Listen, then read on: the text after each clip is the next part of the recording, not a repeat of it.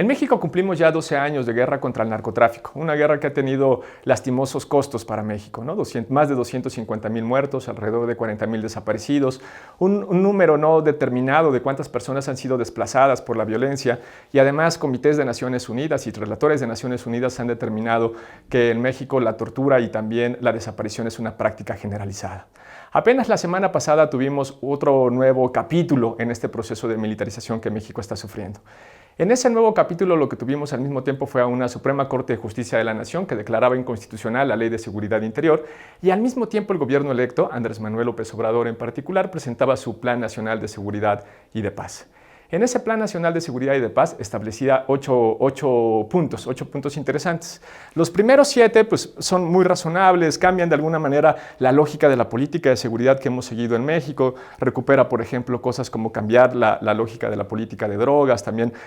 tenemos que modificar lo que sucede en nuestros reclusorios, también pensar cuál va a ser el papel que le vamos a dar a nuestras Fuerzas Armadas. Y en este último punto, el nuevo papel que le tenemos que dar a nuestras Fuerzas Armadas es donde tenemos el principal de los problemas. El último de los puntos lo que establece es la necesidad de crear una Guardia Nacional. Y en realidad esa Guardia Nacional, a través de la modificación del artículo 76 constitucional en su fracción cuarta, lo que nos está proponiendo es mantener la política de seguridad y de militarización que hasta ahora ha seguido México, con los fuertes costos que yo mencionaba al inicio y que no es lo mejor que tendríamos que hacer. El problema con esa política de seguridad, el problema específicamente con el plan que nos propone el gobierno electo, tiene que ver con los silencios que tiene el propio plan. Es decir, se hace un buen diagnóstico de cómo se encuentra México. Se establece, por ejemplo, que la seguridad en general o los cuerpos de seguridad están totalmente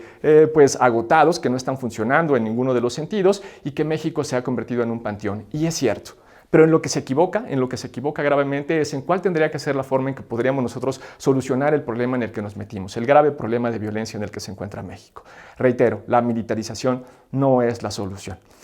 Y el problema que tenemos con la Guardia Nacional, tal como nos lo proponen, es que simple y sencillamente la continuación de esa política de seguridad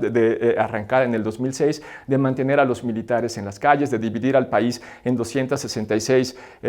regiones, y en cada una de esas regiones lo que vamos a tener es directamente un cuerpo de esa Guardia Nacional encabezado por la Secretaría de la Defensa Nacional, aquí uno de los principales problemas. Otra vez se pone el acento directamente en la Secretaría de la Defensa Nacional, se pone el acento directamente en nuestros militares.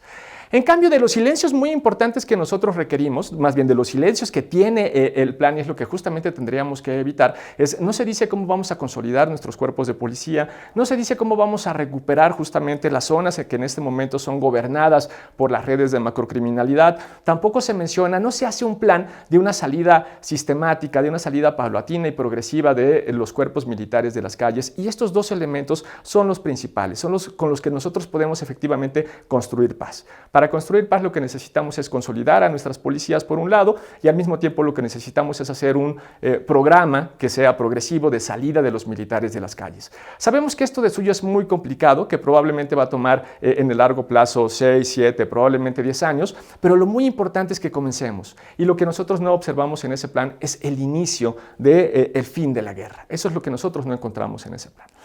Una práctica democrática e interesante que podría hacer el gobierno electo para poder de alguna manera socializar el plan que nos propone sería, por un lado, abrir prácticas de parlamento abierto para discutir justamente esa reforma constitucional con toda la sociedad en general, y en específico con los especialistas en materia de derechos humanos, para estar seguros de que una política como la que nos propone no es violatoria de derechos humanos. Y la segunda cosa que sin duda sería muy interesante es hacer la solicitud correspondiente de alguna opinión en particular, tanto a la Oficina del Alto Comisionado de Naciones Unidas para los Derechos Humanos como a la Corte Interamericana de Derechos Humanos. De esta forma podría estar al menos seguro de que la política que nos está proponiendo es no solamente constitucional, sino también convencional, es decir, no es violatoria en materia de derechos humanos. Sabemos que tenemos todavía mucho trabajo en México, que la violencia nos ha costado y nos ha costado mucho. Hoy, uno de los principales actos subversivos en México es la construcción de la paz.